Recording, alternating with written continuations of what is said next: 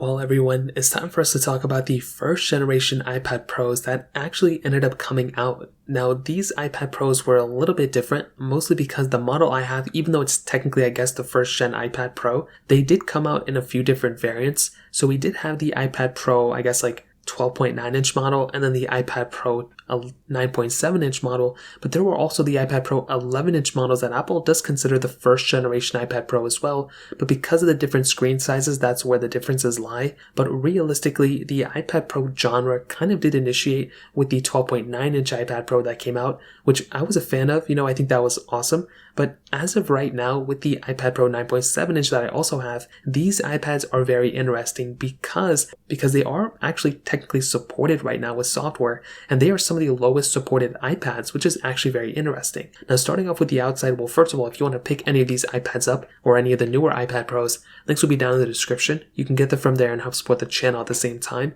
Now, these specific iPads came out in two different variants. So there was a 9.7 inch model and there was a 12.9 inch model, but the big thing to keep in mind was that I think the 12.9 inch model came out first, followed by the 9.7 inch one. Now, the 12.9 inch one was a massive iPad. I did have one for a little bit of time, but my go-to iPad Pro that I use is my 9.7 inch one. In fact, this is probably the iPad that I use on an everyday basis. Now, the main reason for that, even though I have a lot of newer iPads, is mostly because I use this thing almost like a security system kind of thing. So I have like my, camera application on there so I can view the security cameras and everything. And that's just kind of on 24/7, so I can just see it. Luckily for me, my iPad has been pretty consistent and stable on it, which is very interesting. Very few crashes. A lot of the issues I have is with the applications I use, not with the software. So that was one thing, one of the main reasons I still love using old iPads is because they're still supported with software. Now, the panels on these things I think are still really good, even though with the 12.9 inch one, it's a Retina display, so it's really good. The 9.7 inch one did have True Tone, which was nice,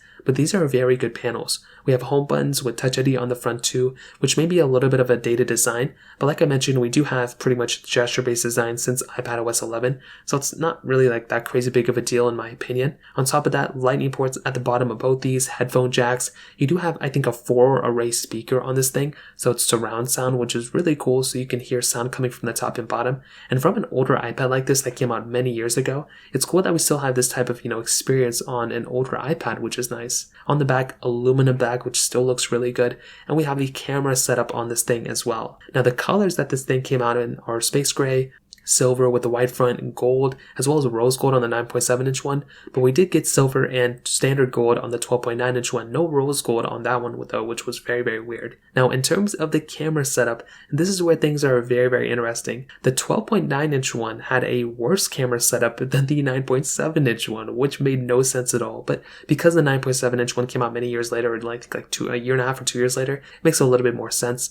With the 12.9 inch one, we had a 8 megapixel wide camera on the back with a 1.2 megapixel front facing camera. So that was pretty much in line with an iPhone 6 camera. Exactly the same camera setup you're getting on an iPhone 6 is pretty much the exact same camera setup you're getting on this thing. Now, with that 9.7 inch iPad Pro, you're getting a 12 megapixel wide camera with a 5 megapixel front facing camera. Now, the biggest thing to keep in mind here is that that camera is more in line with an iPhone 6s. Now, most people would look at those two cameras and think it's not that big of a difference. Believe me, there is quite a bit of a difference between a iPhone 6s camera and an iPhone 6 camera. You can do 4K videos on an iPhone 6s camera with 1080p on the front sometimes, well, mostly 720p, depending on the chipset and everything. With the iPhone 6 camera, it's not really looking too good, but regardless, the fact that these things have cameras built in are really nice, and I actually do like that a lot. So, even though I wouldn't necessarily pick either one of these cameras as my go-to, I like the fact that these things have cameras built in within them, so you can go ahead and do whatever you need to in that case, and I definitely do think that's more of a pro than a con in this specific case. So, in terms of the camera setup, that kind of covers it up there. In terms of some other accessories, there were some Apple Pencil support, so if you had the Apple Pencil 1, both of these iPads supported it. There were also some 4G LTE models of both these iPads, and there was also some accessories with the keyboards that came out with these as well. So that was another really cool thing. You had a lot of different accessories that came out for these things, which I actually did like, so that's kind of a cool, important thing that came out with them. Now, in in terms of the software experience, both these things are still supported with software as of right now. So they are still going to be getting the next iteration of iPadOS, which is iPadOS 16. Unfortunately, it's tough to say how much longer these iPads are going to last. There are iPads, now these ones actually came out with a little bit of controversy recently, mostly because the iPhone 7 and 7 Plus got unsupported with software on iOS 16, but these iPads with older chipsets, and I think lesser RAM in some cases, actually ended up getting the next version of iPadOS. So it didn't really make too much sense to me. It still doesn't make too much sense to me. So I'm not 100% sure how much longer these iPads are going to last. They could last maybe another year or two in terms of software. They could be getting iPadOS 17,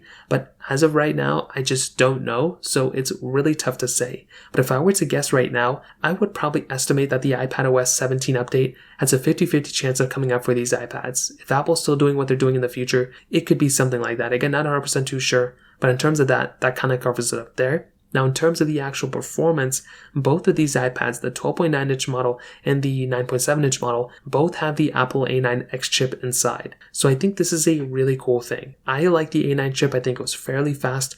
The A10 Fusion chip obviously was a little bit faster. But one thing I will tell you with this specific iPad, with both these, is that they still feel fairly fast. They don't feel like slow iPads.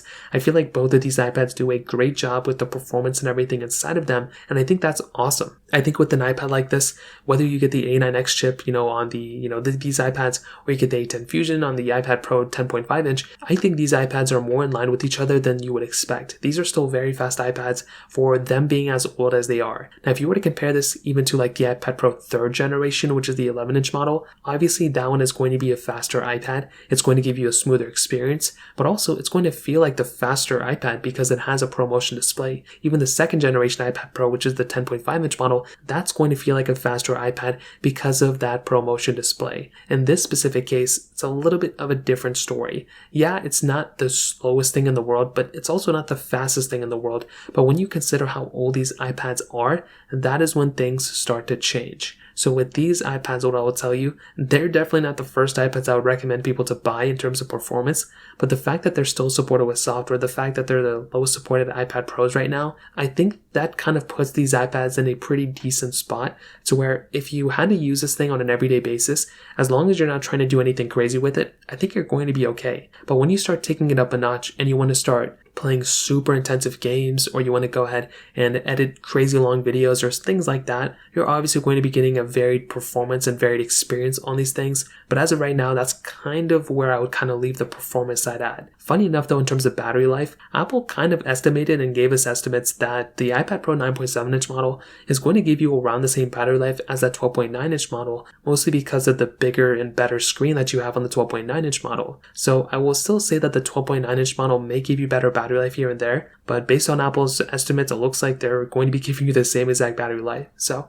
in terms of everything, I will definitely tell you, I think both these iPads are great. I would probably say the 12.9-inch one is the one I would recommend more so than the 9.7-inch model in some areas, but I think the 9.7-inch iPad Pro is still decent. Like, I still use mine every day, and I think it's been a pretty decent experience. If you have the money, go for the iPad Pro 11-inch 3rd generation or the 1st generation, whichever way you look at it. Those are going to be better iPads, but honestly, you can't really go wrong with these ones either. If you're trying to save the most amount of money, just know you're not going to be getting that great of an experience anymore, and they're not going to be supported for that much longer. But if you need an iPad for the time being that are still supported, I don't think these are horrible options. I still use mine on an everyday basis. So that kind of covers it up. If you have any other questions or thoughts, let me know in the comment section below. Hit the like button, that would mean so much, but definitely hit that subscribe button. More importantly than everything else, I love every single one of you guys. Hopefully I'll catch you guys in the next video. Peace out till then.